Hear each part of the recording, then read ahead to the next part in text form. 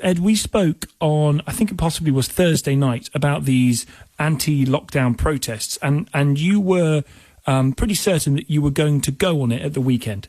Did you? That's right. Yes, I was there. Yes, I was there on Saturday, throughout the whole day. And it was a very good-humoured affair. Quite a number of people were there.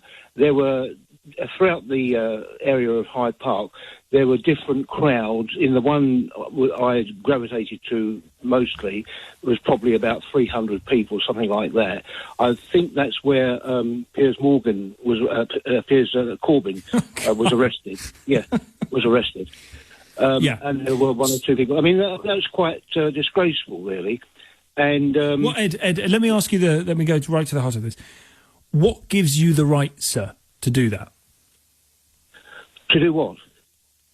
To break the rules around social distancing.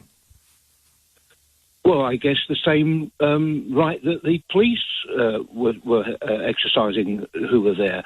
There were no end. No. Your role is not the same as theirs. They are there to enforce the law. The law around social distancing is in place. They were. Well, if you want to put it like that, they were breaking the law because they were all huddling round together en masse, loads of them. So you got to get your facts right. You should have been there to see for yourself what was going on. No, you're all right. I was really happy not to be there. I was kind of happy to manage my own risk in not deliberately choosing to make life more dangerous for people. Well, remain in ignorance on what's going on around you if you choose to. No, I don't think I am ignorant of what's going on around me. I can see and read about what happened to you. I think you are. I really do think you are. Yeah. I think you may know that I believe I've had the COVID-19 situation myself. It caused me to have a stroke. It caused me to have pneumonia, also to have a stroke, which is impaired my speech, which is very difficult for me to try and get words out. And I'm having to struggle even now doing it. Yeah. So all of that has occurred to me. I've still not been able to have an antibody test. I gather they just got it out last week. But it won't be confirmed until I've had that. But I'm pretty sure that is. You think that you've had it to the point where it unfortunately, and I'm glad you're better, but to the point where it facilitated a stroke and loss of speech. That's correct. Yes, that's correct. And what we understand is that there's a varying degree of agreement on immunity post-COVID. So if you've had it, how immune you actually are afterwards. There's disagreement on what that actually looks like, isn't there? Yes, absolutely. Yes. Yeah. So you choose, Ed, with the and I am glad that you are better, but you choose, knowing that there is no agreement around how immune it makes you, believing that you have had it to the point where you had a stroke and lost speech. That's right. You believe that it is your right to go and stand next to people to potentially give them that to the point where they too may get it, have a stroke, fall seriously ill, possibly die. You believe that that's the right thing to do? No, I don't believe anything that you just said at all. That's what you seem to believe, but I certainly don't believe that at all. So where am I ignorant in the point that I've just made? What's ignorant about it? I'm trying hard to speak properly. You must allow me to speak, because I'm having difficulty because of the condition that I'm suffering now. A condition you would be willing to pass on to people? No, you're putting ridiculous, such stupid things. Why?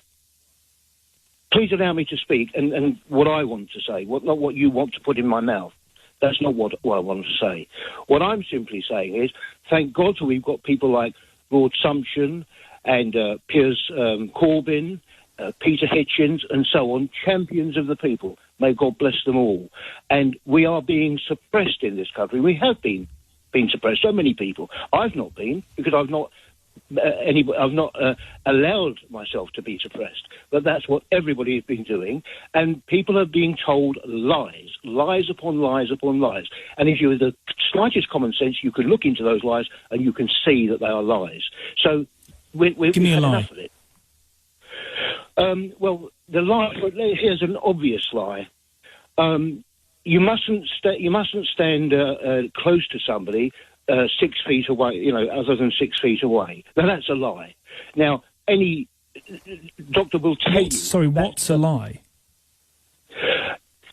that what you've been talking all the time, that what you've been saying, that is an arbitrary thing. There's no science in it at all, and you can tell many scientists will tell you there is no science in that at all. Right? So you're just putting these platitudes out. Hang on. There's science in the idea and in the understanding of the spreading of aerosols and droplets if you sneeze and cough. There are different, depending on the country you're in, there are different arrangements on how far apart you should be, and that may be a political choice based on the science. You're right, but it's not a lie.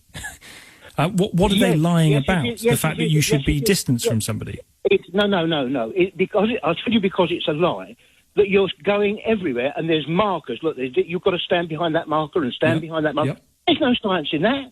Even in the mainstream newspaper in the last week, the Metro, there was a professor in there saying that that's nonsense. It's just an arbitrary thing, you know.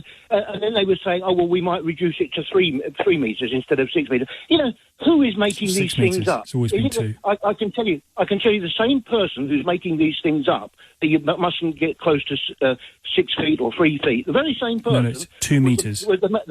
Pardon? Yeah, 2 meters. Pardon? Yeah. 2 meters. The very same person who had another man's wife coming around his house and getting much closer to a few feet to him, wasn't it? Who had to resign over the last week. Remember him? Well, I don't think he actually talked about social distancing. What he did was the modelling through Imperial College. You're buying the lies. I'm still not clear. I'm still not clear, Ed, about what the lie is. You've talked about the different. Now you've got to let me finish.